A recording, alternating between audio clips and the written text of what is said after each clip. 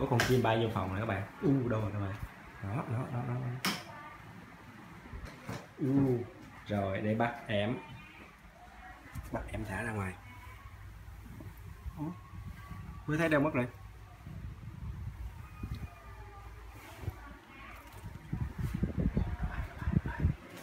Rồi nó bay vô đây rồi. Ở đâu mà nó bay vô ta? Rớt.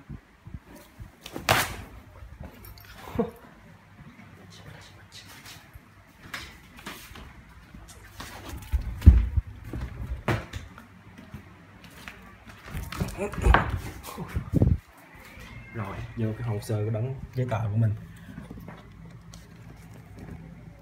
Rồi anh bắt thả nó ra. Chim sẻ.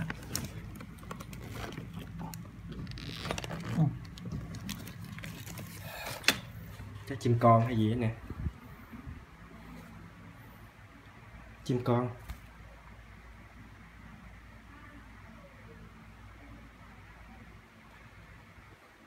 Để thả em nó bay ra ngoài.